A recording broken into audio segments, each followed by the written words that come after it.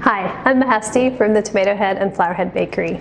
We're back in the kitchen with our Food Gotta Cook series where I focus on simple, fresh recipes that you can make at home. Today we're going to make a cranberry muffin. I think this would make a really nice addition to any holiday brunch or just on the weekend. So we'll get started. We're going to start with, I'm going to butter my cake pan. This is a Lodge cast iron cake pan. They call it a mini cake pan, I believe.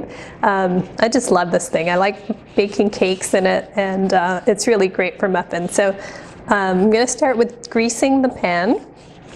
Just taking a little bit of butter on a piece of paper towel, and I'm rubbing that around to make sure I'm getting the bottom and all of the edges nice and covered with butter.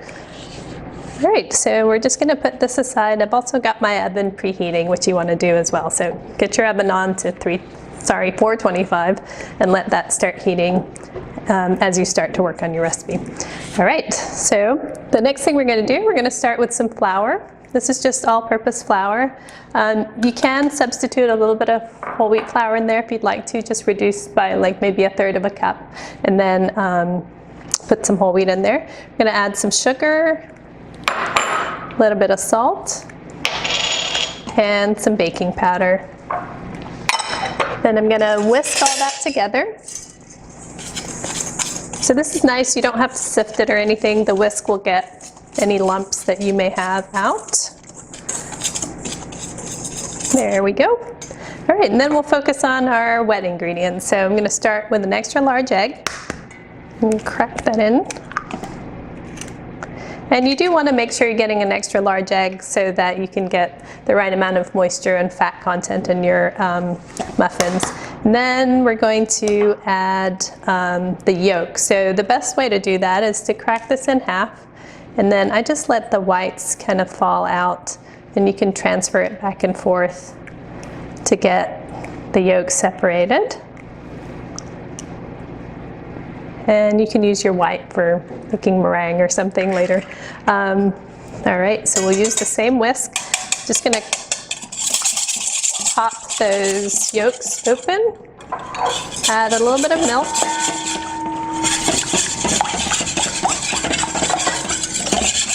and I have some melted butter. So make sure you're not adding your butter too hot, because then you'll scramble your eggs.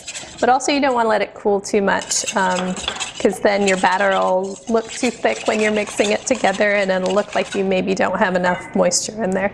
Then I'm going to add about a teaspoon of vanilla to that. So that's all mixed up, looking good. Then I'm going to switch to a wooden spoon. I'm just going to take all of this and dump it all in all at once. And then we'll just stir this in. So the trick to a good muffin is not overbeating it, because it stays nice and soft, and if you don't overbeat it. So just gently fold your wet ingredients in. And you can still see some flour in there. That's totally fine. We're going to leave that in to make sure our muffins don't get overworked. All right, so at this point, you can put this in the refrigerator if you'd like, if you're not ready to serve them right away. I've also frozen batter at this point before, so you can pop this in the freezer. When you're ready to make muffins, you just take it out the night before, and you can scoop it out the next day. So I like to use ice cream scoops for muffin batter, because I can make sure that all my muffins are about the same size, and that way they all cook evenly, and I don't have some that are maybe raw or overcooked. So I'm going to put a little bit in each of my molds. All right, and then you can flatten this out with the back of a spoon or with your ice cream scoop. Right, and then we're going to put, this is some cranberry sauce. We have a video for this. If you'd like the recipe, you can watch that. I'm just going to put about a couple of teaspoons of that on top here.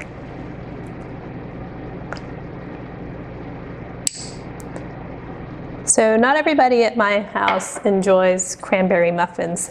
We do have someone who loves blueberry muffins.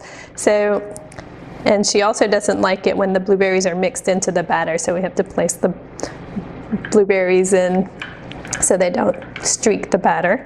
So you can also do that as well. And any fruit will work in here. You can use frozen raspberries, cherries are nice. Blackberries, if you're going to use, I would chop them up because sometimes they can be a little bit too big. All right, so then once we get to this point, then I use a smaller scoop to scoop more batter on top. And this is just to make sure I'm controlling the size again. So if you don't have two sizes, you can just eyeball the amount you want to put on there. Just make sure you're trying to get them all about the same.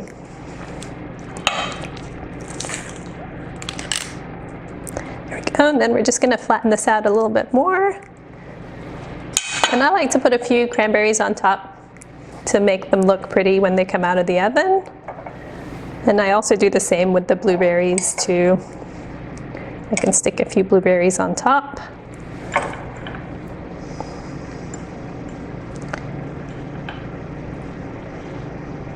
There we go. Then I like to sprinkle a little bit of sugar on top of them. It gives it a nice shiny, crackly coat on top after they bake. So these pop in the oven. At 425, I bake them for about 10 minutes. And then I drop the temperature down to 375, and I bake about 20-25 minutes until the tops will start to crack a little bit, and you'll see they're a nice golden brown on top, or starting to brown on the edges. So that's when you know they're done. And then pop them out of the molds, let them cool for a few minutes, and enjoy. So let's taste one of these and see how they go. I like to put butter on my muffins. I'm gonna put a little bit of butter. And also, I'm a jam person, so I'm gonna put a little bit more jam on mine, or cranberry sauce in this case. That is so good. If these don't all disappear when you serve them, you can freeze them and then just pull them out the night before you like to use them, or a couple of hours. And then I sprinkle them with a little bit of water and pop them in a 350-degree oven for about 5 to 7 minutes, and they taste like you just made them. So they're really good. You can link to the recipe in the description below. Follow us on Instagram and Twitter, and subscribe to our YouTube channel. Just click on the tomato in the corner.